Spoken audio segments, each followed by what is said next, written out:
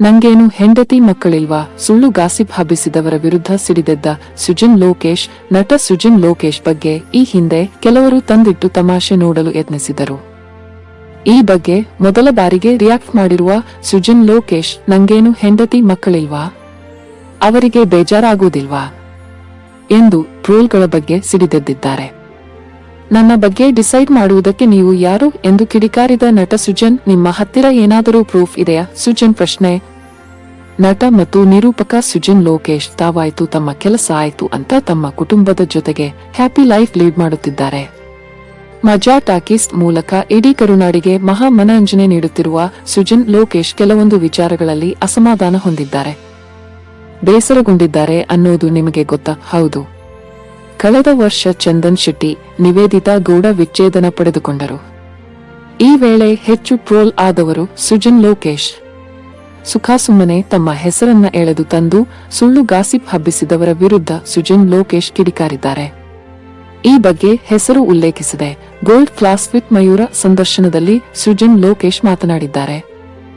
ನನ್ನ ಬಗ್ಗೆ ಮಾತನಾಡುವುದಕ್ಕೆ ಯಾರಿಗೂ ಅಧಿಕಾರ ಇಲ್ಲ. ಕಾಂಟ್ರೋವರ್ಸಿಯನ್ನು ಹೇಗೆ ಡೀಲ್ ಮಾಡುತ್ತೀರಾ ಎಂಬ ಪ್ರಶ್ನೆ ಸುಜನ್ ಲೋಕೇಶ್ಗೆ ಎದುರಾಯಿತು. ಅದಕ್ಕೆ ನಿರ್ಲಕ್ಷಿಸುತ್ತೀನಿ ಅಷ್ಟೇ. ನನ್ನ ಸ್ನೇಹಿತರು ಕಾಮೆಂಟ್ ಮಾಡಿದ್ದರೆ ನಾನು ಕೇಳಿಸಿಕೊಳ್ಳುತ್ತೀನಿ. ನೀನು ಯಾರು ಅಂತಲೇ ನನಗೆ ಗೊತ್ತಿಲ್ಲ ಅಂದ ಮೇಲೆ ನಾನು ಯಾಕೆ ನಿನಗೆ ಪ್ರಾಮುಖ್ಯತೆ ಕೊಡಬೇಕು? ಪರ್ಸನಲ್ ಮ್ಯಾಟರ್ಗಳ ಬಗ್ಗೆ ಮಾತನಾಡುವುದಕ್ಕೆ ಯಾರಿಗೂ ಅಧಿಕಾರ ಇಲ್ಲ. ಅದರ ಹಿಂದೆ ಏನಾಗಿರುತ್ತದೆ ಅಂತ ಯಾರಿಗೂ ಗೊತ್ತಿರುವುದಿಲ್ಲ.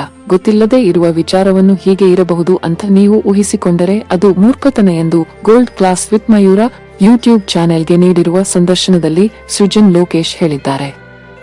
ನಿಮ್ಮ ಹತ್ತಿರ ಏನಾದರೂ ಪ್ರೂಫ್ ಇದೆಯಾ? ಸಂಬಂಧ ಕಟ್ಟಿ ಇವರೇ ಇರಬಹುದು ಅಂದ್ರೆ, ಹೀಗೆ ಇರಬಹುದು ಅಂದ್ರೆ ಹೇಗೆ ಗೊತ್ತು ನಿಮಗೆ? ನನಗೇನು ಹೆಂಡತಿ ಮಕ್ಕಳಿಲ್ವಾ? ಅವರಿಗೆ ಬೇಜಾರಾಗುತ್ತದೆ ಅನ್ನುವ ಪರಿಜ್ಞಾನ ಇಲ್ವಾ? ನೀವು ಯಾರು ನನ್ನ ಬಗ್ಗೆ ಡಿಸೈಡ್ ಮಾಡುವುದಕ್ಕೆ?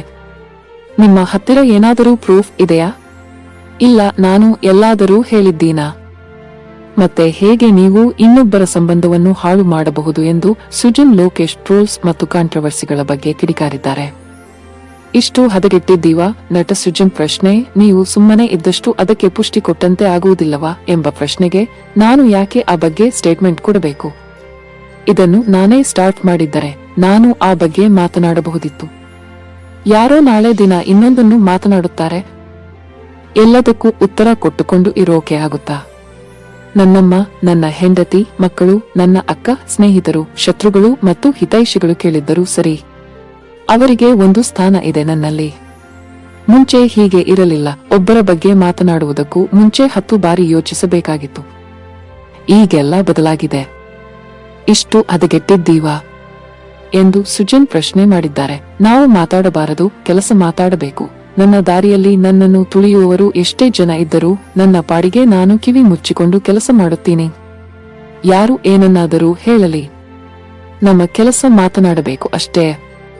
ಇನ್ನೊಬ್ಬರಿಗೆ ಕೆಟ್ಟದಾಯ್ತು ಅಂತಂದ್ರೆ ಅವರನ್ನು ನೋಡಿ ಚಪ್ಪಾಳೆ ಹೊಡೆಯೋ ಜನರಂತೂ ನಾವಲ್ಲ ಎಂದು ಹೇಳಿ ತಮಿಳು ಸೂಪರ್ ಸ್ಟಾರ್ ರಜನಿಕಾಂತ್ ಅವರ ಕಥೆಯೊಂದನ್ನು ಸುಜನ್ ಲೋಕೇಶ್ ನೆನಪಿಸಿಕೊಂಡಿದ್ದಾರೆ.